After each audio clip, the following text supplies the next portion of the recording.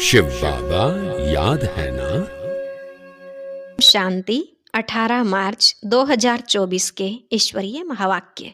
पहले सुनते हैं मुरली के मुख्य पॉइंट्स। बाबा ने कहा, सच्ची अमर कथा एक शिव बाबा ही सुनाते हैं। इस नॉलेज के आधार पर ही तुम काल पर जीत पाकर अमर बन जाते हो। तुम्हारी आयु भी बड़ी हो जाती है। यहाँ तुम जो कुछ भी देखते हो वह सब है इविल। उनको देखते हुए न देखो, सुनते हुए भी न सुनो।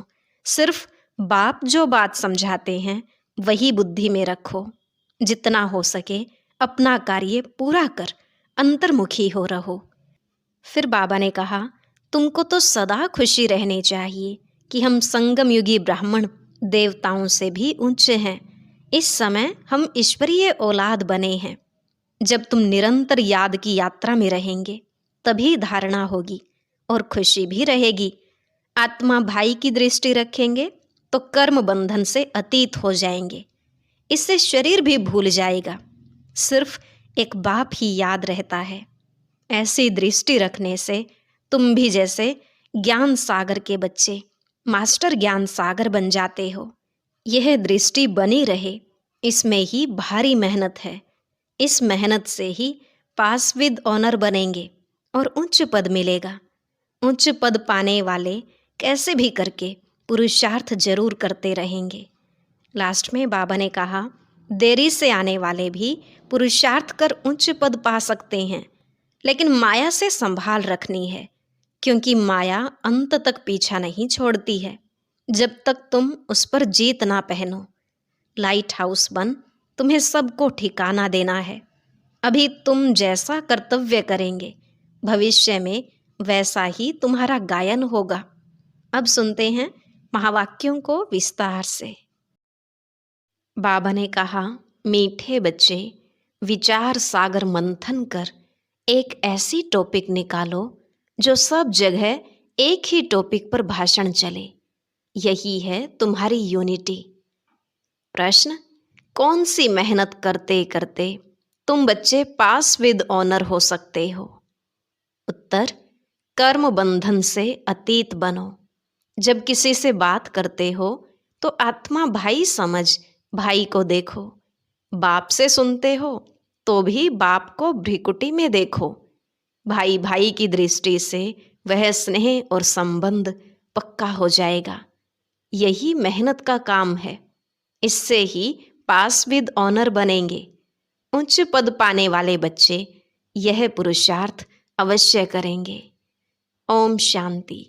मीठे मीठे बच्चों को समझाया गया है, यह है मृत्युलोक। उसकी भेंट में अमरलोक भी है। भक्ति मार्ग में दिखाते हैं, शंकर ने पार्वती को अमर कथा सुनाई। अब अमरलोक में तो तुम जाते हो, शंकर तो कथा सुनाते नहीं। कथा सुनाने वाला ज्ञान सागर एक ही बाप है। शंकर कोई ज्ञान सागर नहीं जो कथा सुनाएंगे। ऐसी ऐसी बातों पर तुम बच्चों को समझाना है। काल पर जीत कैसे पाई जाती है, यह जो नॉलेज है वह अमर बनाती है। इससे आयु बड़ी होती है। वहाँ काल होता नहीं। यहाँ तुम 5 विकारों अथवा रावण पर जीत पाने से राम राज्य अथवा अमरलोक के मालिक बनते हो। मृत्युलोक में है रावण राज्य, अमरलोक में है राम राज्य। देवताओं को कभी काल नहीं खाता, वहाँ काल के जमघट होते नहीं। तो यह टॉपिक भी बहुत अच्छी है। मनुष्य काल पर विजय कैसे पा सकते हैं, यह सारी ज्ञान की बातें हैं। भारत अमरलोक था, कितनी बड़ी आयु थी। सर्प का मिसाल भी सतयुग के लिए है। एक खाल छोड़ दूसरी लेते हैं। इसको कहा जाता है बेहद का वैराग्य। जानते हैं सारी दुनिया का विनाश होने वाला है। यह पुराना शरीर भी छोड़ना है। यह 84 जन्मों की पुरानी खाल है। अमरलोक में ऐसे नहीं होता। वहाँ फिर समझते हैं अब शरीर बड़ा जड़जड़ीभूत हो गया है, इसे छोड़ नया शरीर लेंगे। फिर साक्षात्कार भी होता है। समझ को ही साक्षात्कार कहा जाता है। हमारी अब नई खाल तैयार हुई है, पुरानी को अब छोड़ना है। वहाँ भी ऐसे ही होता है। उनको कहा ही जाता है अमरलोक, जहाँ काल आता नहीं। आप ही समय पर शरीर छोड़ देते हैं। कछुए का मिसाल भी यहाँ का है, काम करके फिर अंतर्मुखी हो जाता है। इस समय के मिसाल फिर भक्ति मार्ग में कॉपी करते हैं, परंतु सिर्फ कहने मात्र, समझते कुछ भी नहीं। अभी तुम तो समझते हो, राखी उत्सव, दशहरा, दीपमाला, होली आदि सब इस समय के हैं। जो भक्ति मार्ग में चले हैं तो यह बातें सतयुग में होती नहीं।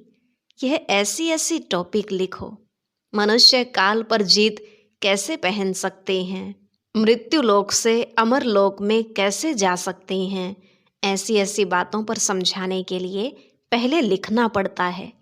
जैसे नाटक की स्टोरी लिखते हैं, आज फलाना नाटक है, तुम्हारी भी पॉइंट्स की लिस्ट हो, आज इस टॉपिक पर समझाया जाएगा। रावण राज्य से दैवी राज्य में कैसे जा सकते हैं। समझानी तो भल एक ही है, परंतु भिन्न भिन्न टॉपिक सुनने से खुशी होगी कि बेहद के बाप से बेहद का वर्षा कैसे मिलता है। जैसे सन्यासियों का अखबार में पढ़ता है, आज 125वां यज्ञ रचा है, उसमें यह सुनाएंगे। यहाँ तो बाप कहते हैं, मैं एक ही बार यज्ञ रचता हूँ जिसमें सारी पुरानी दुनिया स्वाहा हो जाती है। वह तो बहुत यज्ञ रचते हैं, जुलूस आदि करते हैं। यहाँ तो तुम जानते हो, यह रुद्र शिव बाबा का एक ही यज्ञ है जिसमें सारी पुरानी दुनिया स्वाहा हो जाती है, नई दुनिया की स्थापना हो जाती है और तुम जाकर देवता बन जाते हो। यह भी बाप तुमको समझाते हैं। रचयिता बाप ही आकर अपना और रचना के आदि मध्य अंत का सारा नॉलेज देते हैं और राजयोग भी सिखाते हैं। सतयुग में हैं ही पवित्र देवताएं, वह राजाई भी करते हैं। उसको कहा जाता है आदि सनातन देवी देवता धर्म। यह भी टॉपिक रख सकते हो कि आदि सनातन सतयुगी देवी देवता धर्म की स्थापना कैसे हो रही है, विश्व में शांति कैसे स्थापन होती है, आकर समझो। परम पिता परमात्मा के सिवाय विश्व में शांति स्थापन करने की राय और कोई दे नहीं सकते। राय देने वाले को भी प्राइज मिलती है। विश्व में शांति स्थापन करने की प्राइज कैसे और कौन देते हैं, यह भी टॉपिक है। ऐसे विचार सागर मंथन कर टॉपिक निकालनी चाहिए। ऐसा प्रबंध हो जो सब जगह एक ही टॉपिक हो, सबका कनेक्शन रहेगा। ऐसी लिस्ट बनाकर पहले इशारा दे देना चाहिए, फिर समाचार दिल्ली में आना चाहिए, सबको मालूम पड़ जाए कि सब जगह ऐसा भाषण चला। इसको कहा जाता है यूनिटी। सारी दुनिया में डिसयूनिटी है। राम राज्य का गायन है, शेर गऊ इकट्ठा जल पीते हैं। त्रेता में ऐसा गायन है तो सतयुग में क्या नहीं होगा। बाकी शास्त्रों में तो अनेक कथाएं लिख दी हैं। तुम तो बाप से एक ही कथा सुनते हो, दुनिया में ढेर कथाएं बनाते रहते हैं। द्वापर से लेकर कलयुग तक जो भी शास्त्र आदि चलते हैं, वहाँ तो वह होते नहीं। भक्ति मार्ग की सब बातें पूरी हो जाती हैं। यहाँ तुम जो कुछ भी देखते हो वह सब है इविल। उनको देखते हुए न देखो, सुनते हुए न सुनो। अब जो बाप समझाते हैं वही बुद्धि में रखो। हम संगम युगी ब्राह्मण कितने उच्च हैं, देवताओं से भी उच्च हैं। इस समय हम ईश्वरीय औलाद हैं, धीरे धीरे वृद्धि को पाते रहते हैं। इतनी सहज बात भी किसकी बुद्धि में नहीं आती है। हम ईश्वरीय संतान हैं तो जरूर स्वर्ग के मालिक होने चाहिए, क्योंकि वह बाप स्वर्ग की स्थापना करते हैं। करोड़ों वर्ष कह देने के कारण कोई बात याद नहीं रहती है। बाप आकर याद दिलाते हैं। यह तो 5000 वर्ष की बात है। तुम देवी देवता थे, अब फिर तुमको वही बनाते हैं। सम्मुख सुनने से कितनी खुशी और रिफ्रेशमेंट आ जाती है। बच्चे जो सयाने हैं, समझू हैं, उनकी बुद्धि में आता है हमको बाप से वर्षा तो जरूर लेना है। बाप नई दुनिया रचते हैं तो जरूर हम भी नई दुनिया में होने चाहिए। एक बाप के तो सब बच्चे हैं, सबका धर्म, सबके रहने का स्थान, आना जाना सब भिन्न भिन्न प्रकार का है। कैसे जाकर मूल वतन में निवास करते हैं, यह भी बुद्धि में है। मूल वतन में सिजरा है, सूक्ष्म वतन में सिजरा नहीं दिखा सकते। वहाँ जो कुछ दिखाते हैं वह सब है साक्षात्कार की बातें। यह सब ड्रामा में नोंद है। फिर सूक्ष्म वतन में भी जाते हैं, वहाँ मूवी चलती है। बीच में मूवी का भी ड्रामा बनाया था, फिर टॉकी बना है। साइलेंस का तो ड्रामा बन न सके। बच्चे जानते हैं हम साइलेंस में कैसे रहते हैं। जैसे वहाँ आत्माओं का सिजरा है, वैसे यहाँ मनुष्यों का है। तो ऐसी ऐसी बातें बुद्धि में रख तुम भाषण कर सकते हो। फिर भी पढ़ाई में टाइम लगता है, करके यह भी समझ जाएं, परंतु याद की यात्रा कहाँ, जिससे धारणा और खुशी हो। अभी तुम यथार्थ रीति योग सीख रहे हो। बच्चों को समझाया है सबको भाई भाई देखो। आत्मा का तख्त तो यह है, इसलिए भागीरथ बाबा का सिंहासन भी मशहूर है। जब किसी को समझाते हो तो भी ऐसे समझो हम भाइयों को समझाते हैं, यही दृष्टि रहे। इसमें ही भारी मेहनत है, मेहनत से ही उच्च पद मिलता है। बाप भी ऐसे देखेंगे, बाप की नज़र भी भ्रिकुटी के बीच में जाएगी। आत्मा तो छोटी बिंदी है, सुनती भी वही है। तुम बाप को भी भ्रिकुटी के बीच में देखेंगे। बाबा भी यहाँ है तो भाई अर्थात ब्रह्मा की आत्मा भी यहाँ है। ऐसे बुद्धि में रहने से तुम भी जैसे ज्ञान सागर के बच्चे ज्ञान सागर बन जाते हो। तुम्हारे लिए तो बहुत सहज है, गृहस्थ व्यवहार में रहने वालों के लिए यह अवस्था जरा मुश्किल है। सुनकर घर चले जाते हैं, वहाँ का वातावरण ही और है, यहाँ सहज है। बाबा युक्ति बहुत सहज बताते हैं। अपने को आत्मा समझो, बाप को याद करो, यह भी भाई है। इस दृष्टि से कर्म बंधन से अतीत हो जाएंगे। शरीर भी भूल जाता है, सिर्फ बाप ही याद रहता है। इसमें मेहनत करते रहेंगे तब पास भी डोनर होंगे। ऐसी अवस्था में बिरला ही कोई रहता है। विश्व का मालिक भी वही बनते हैं। 8 रत्नों की माला है ना, तो पुरुषार्थ करना है। उच्च पद पाने वाले कैसे भी करके पुरुषार्थ जरूर करते होंगे।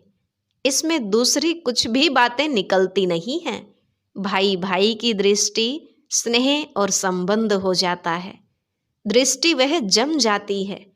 इसलिए बाप कहते हैं तुमको बहुत गुहिये गुहिये बातें सुनाता हूँ।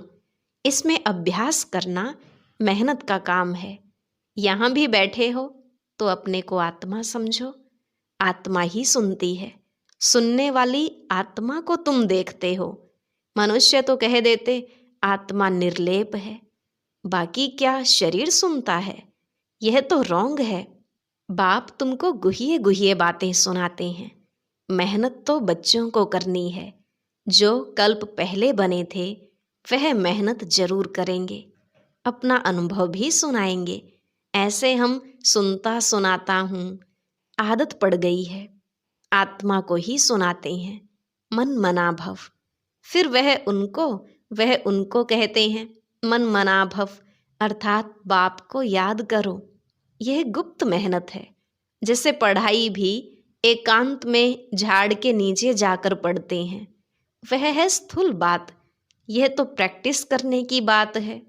दिन प्रतिदिन तुम्हारी यह प्रैक्टिस बढ़ती जाएगी। तुम नई नई बातें सुनते हो ना, जो तुम अभी सुनते हो वह फिर नए नए आकर सुनेंगे। कोई कहते हैं हम देरी से आए हैं। अरे तुम तो और ही फर्स्ट क्लास गुहिये गुहिये बातें सुनते हो। जो पुरुषार्थ करने से ही उच्च पद मिलता है। और ही अच्छा, माया तो पिछाड़ी तक छोड़ती नहीं है। माया की लड़ाई चलती रहेगी जब तक तुम जीत पहनो, फिर अनायास ही तुम चले जाएंगे। जो जितना याद करेंगे, समझेंगे हम जाते हैं बाप के पास, शरीर छोड़ देते हैं।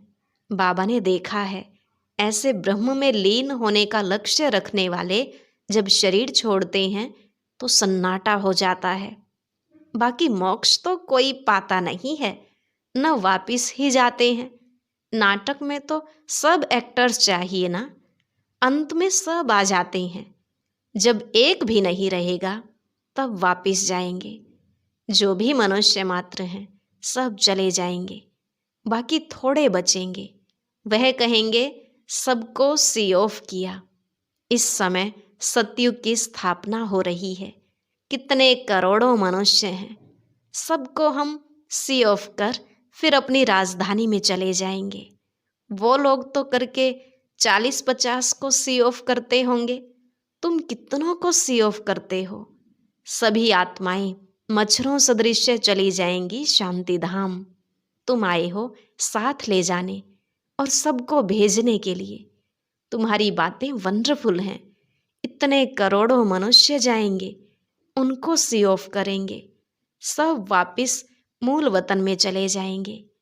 यह भी तुम्हारी बुद्धि ही काम करती है। धीरे धीरे सिजरा बड़ा हो जाएगा, फिर रूंड माला रुद्रमाला बन जाएगी। यह बातें तुम्हारी बुद्धि में है कि रुद्रमाला रुंडमाला कैसे बनती है।